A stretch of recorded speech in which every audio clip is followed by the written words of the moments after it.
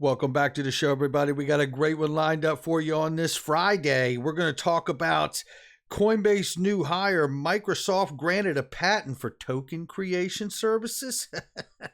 Update on the latest U.S. infrastructure bill. It's a mess. We need to get an update on that. And we're going to get an update on the motions and things that are going on with the court case as well for Ripple and SEC. And how about this one?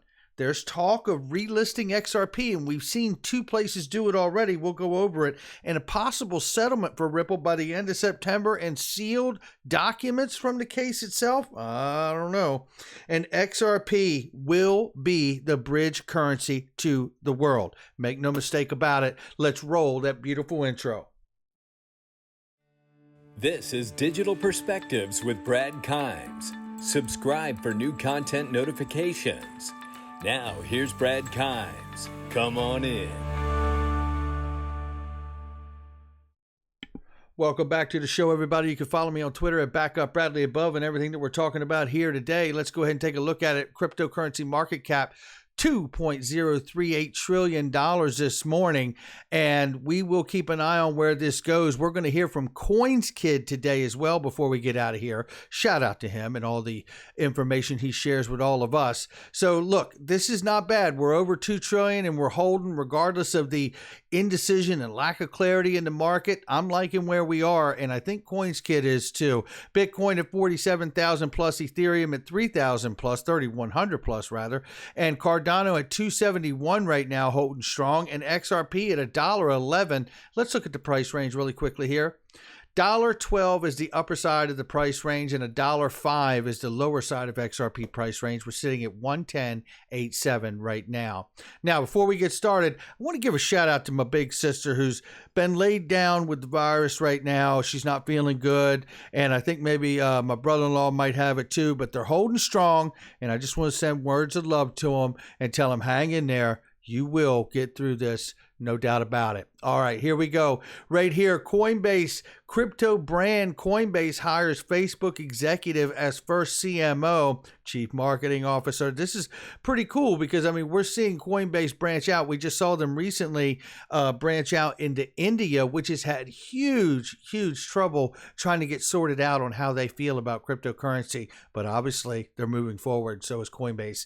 Looking right here, this is big too. This is from Hall of Famer Michael, who says Microsoft has been granted a patent that describes a token creation service aimed at enterprise chains. The service would allow developers to create platform assets. Taking a look here, and obviously it's giving me the thing, and it doesn't say much more than that. The only thing it does say more than that, honestly, is it does say and happen to mention that just because we have the patent doesn't mean we're going to do it. Yeah, it does. That's where I'm at. And we'll see what happens. I don't think Microsoft wants to get left out of the fourth industrial revolution. Do you? Looking right here, Hall of Famer Michael says, but the fate of the infrastructure bill is tied to the United States House Democrats' $3.5 trillion spending package, potentially for weeks. That gives the cryptocurrency industry time to focus its efforts on educating members of Congress. Let's look at this really quickly, because the big key part here is Warren Davidson doesn't like the legislative ambiguity in the crypto tax amendment proposed by Portman. He thinks it will lead to regulatory overreach and abuse of businesses working in this industry. He says, according to the Tampa Free Press, the bill will allow the Treasury Department to basically write whatever reporting requirements they want. And given the department has been so aggressive, Congress really needs to assert its will here. Now, this is exactly what we've been saying on the channel since this all came about. Is we don't want this to be a situation where the Treasury is doing essentially what the SEC is doing, picking which ones that are winners and losers. And that doesn't really work. However, what I would say, you have to wonder if this is not by design that they're putting this new sheriff in town, the Treasury, and allowing them to pick off what they feel is a winner or loser until the legislation gets to where it is. Almost like a makeshift regulatory sandbox, but without the real framework of regulation, which is a problem. We'll keep an eye on it. All right, looking right here. Let's shift gears a little bit. Digital asset investor reminds us here because there's a tweet from the SEC. Digital asset transactions when the Howie met Gary Plastic, delivered by CorpFin Director Bill Hinman at today's Yahoo Finance Market Summit, is now available. And this was from back in 2018. And he's referencing this tweet because he says, why was the SEC tweeting out Bill Hinman's personal opinion about Ethereum and Bitcoin from their official Twitter handle and adding the speech as guidance to their official website? I mean, these lawyers come out all the time, and this is what they say. And this is Amy Starr from 2019 Consensus from the SEC. And they talked here with Dorothy DeWitt on the end from Coinbase about how the SEC gave guidance on developing a framework for Coinbase listing tokens. And guess what? That same year, XRP was listed on Coinbase. Hello, Fair Notice Defense. Introduce Amy Starr to my left. She is chief of the Office of Capital Market Trends within Corporate Finance Division of the SEC. Sure. Thank you very much. Yes, I do always have to have the disclaimer. Whatever I say represents just my own views and do not represent the views of members of the staff or the commission. And Dorothy DeWitt, General Counsel for Business Lines and Markets at Coinbase.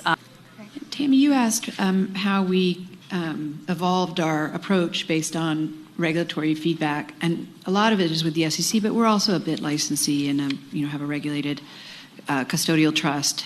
I think in general we found as an exchange that we needed to analyze tokens to ensure that they're not securities before we list them in the U.S. obviously, because they're not securities before we list them in the U.S. obviously, because if they were, we would be violating the 34 Act, among other things. And so we found over time that we were looking at each token one by one. It's very facts and circumstances. And although the law has, or the SEC's approach and the law have developed a bit over time, it's still a fairly murky area. So we developed a framework, and we love that word.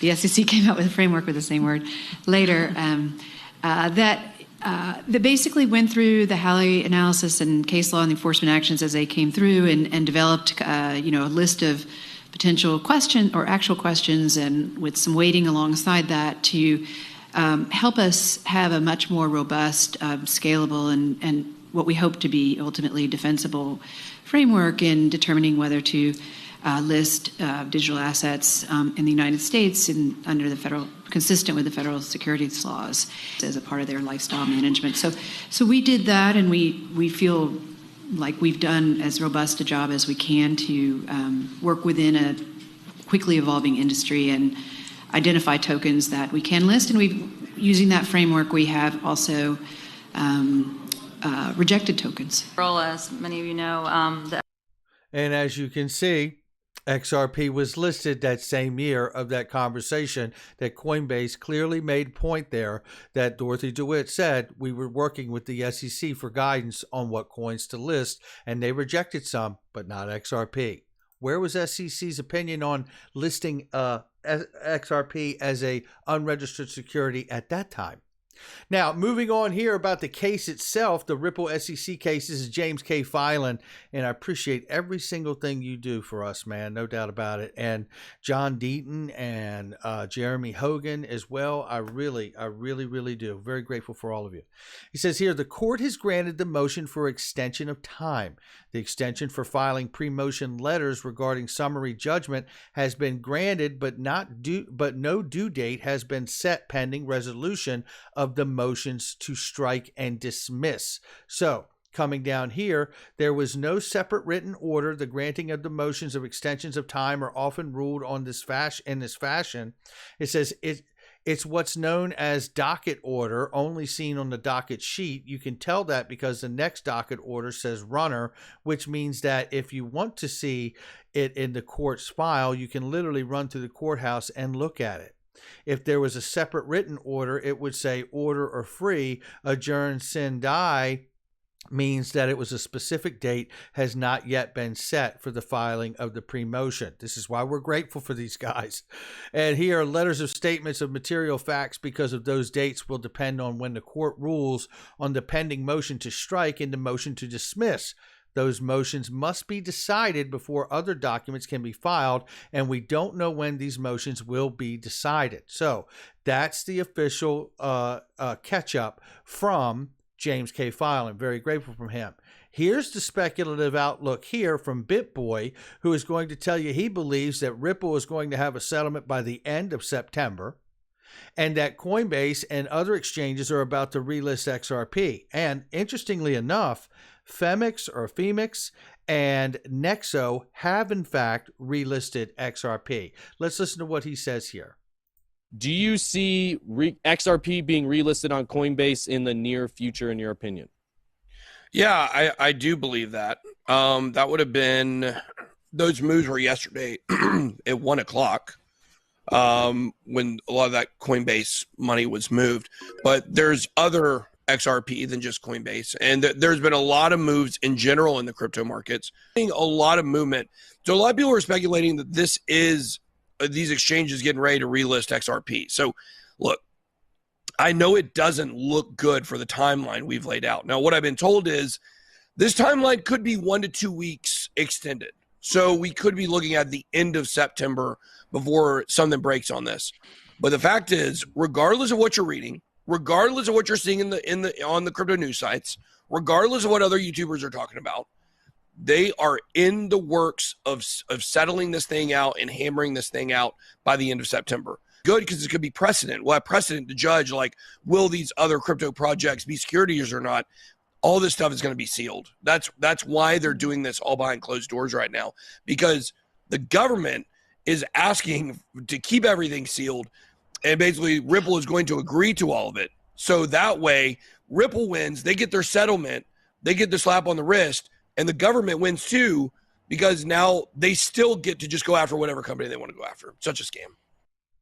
Okay, so there you have it. That's his thoughts on what's going on. So, I mean, the idea that the case and documents from the case may be sealed going forward with a settlement possible by the end of September, we will see if that plays out. Here's what I wanted to bring to this. My thought is like, whether all of those things happen or not, or whether this goes the distance into the first part of next year, which I believe will probably happen myself personally. But I'm open to all interpretations, and I think we all should be. So we can just put it on the calendar and pay attention to see if that moment takes place. Now, with that being said, the reason I feel all of this stuff is so important based around this case and relisting of XRP and whether it settles or not and all of these things is because I believe XRP really is a bridge currency to the world. That's what I believed from day one before I was even a YouTuber. And the truth is, the only difference between me and a BitBoy or other YouTubers out here is the fact that I have never wavered. And matter of fact, I've been attacked from it. I've been attacked over it because I've been so positive, and they call you hypey and clickbaity and all of these things. Well, take a look here from Crypto Eddie and Stephen Bull Deep here sharing it. It says source client or client here, client or however you say it, leading research and advisory firm focused on tech for financial institutions globally.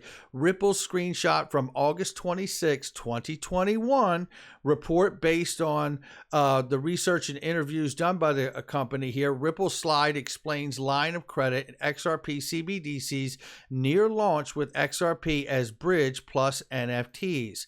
This is the stuff I'm talking about, and it's nice to see these other YouTubers stop attacking you over time for all of these things and actually start to see exactly what you've been so positive and consistent and unwavering about. And it's this right here. All the money. That's what we're talking about. You can see near launch, send now, pay later line of credit for financial institutions on RippleNet. Financial locks in a rate at the time of payment and uses XRP to complete an instant cross-border transfer. The financial institution repays Ripple within a predetermined time frame up to 60 days, repayment in G20 currencies and select stablecoins. Financial institution pays a fee that is substantially lower than its cost of capital. CBDC infrastructure, take a look at this line. 4 central banks. Private XRP ledger for using XRP as a bridge currency. Say it isn't so. Secure, controlled, and flexible solution for the issuance and management of CBDCs, and then, of course, NFTs, which we heard were announced not long ago, being brought to that capabilities brought to the XRP ledger. Secure, controlled, and flexible solution for the issuance of management of NFTs, potential to be relatively low cost compared to Ethereum-based NFT transactions, which incur gas fee, the expenses user pay to miners for completing transactions on the blockchain. Shout out to Crypto Eddie on that one. That is a goodie. And it really just reminds us of what we've known. Ripple does, in fact, have a pilot private ledger for central banks to launch their CBDCs. And we have talked about it a lot on this channel. That the real deal is that developing a digital dollar doesn't solve the problem into the digital world. Because the friction that is in the paper world exists when you digitize a paper dollar. If you want to solve the friction issue, you need to use a neutral reference point, which would be a bridge currency like XRP. This increases the velocity of money. It also gives the opportunity to the world to create a new form of money and drive actual value into that token and into that XRP token and the ledger, because of the daily payment flows and reserves of assets that move onto it. Now, let's take a look here from Coins Kid, who's going to give us the update. Shout out to this guy. If you're not following me, would be. How come I haven't hit the thumbs up on that? Let's do it right now. Take a listen. Providing we can hold support, this is what we're looking at. We're starting to form this parabolic curve, look, that we're adhering to, taking us up to these targets. You know, if we can continue to adhere to this way you can see this wave 3, which we're anticipating, because you've got this wave 1 now, wave 2 pullback, where it ends, wave 3 up out of there, you know, taking us up to them high targets just there before continuation. But right now you can see it's adhering, it's beautiful. You know, you've come up and you're retracing right now, and you can see a technical target of 92 cents. It's also the 0618 on the weekly time frame at 92 cents. And I'm going to hold it right there because I love the way this guy gives you both sides of the equation. We are looking at going towards that parabolic swing up around $8, $13, $27, right? But if we don't hold those support lines where we are, we could roll all the way back into the what he talks about here is into the 91 to 86 cents range, right around this area here. Right. And if we lose that, we could come all the way down into the 50-cent range for support.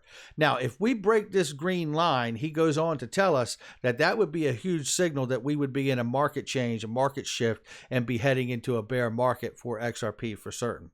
So we will keep an eye on it, but I just love it. And you should watch this whole video. And I don't have time to play more of it right now today because I want to keep this one a little tight. But this is where we are, ladies and gentlemen. Everything is in play. And when you factor in the idea, whether it's the end of September or the first part of next year, this case with Ripple and XRP and the SEC will end. And I do believe whatever the resolution of it is, it will allow Ripple and XRP to thrive and take off. All right, not financial advice from me or anyone else, but make sure you check out all the links in the description box and the comment section. The best thing is buying crypto. Actually, there's one thing better. It's buying tax-free crypto. Yeah, I Trust Capital, the best gold, crypto, silver IRA on the planet. And how about taxes? If you're confused about crypto taxes, check out Clinton Donnelly, the Crypto Tax Fixer. Link in the description. Catch you on the next one.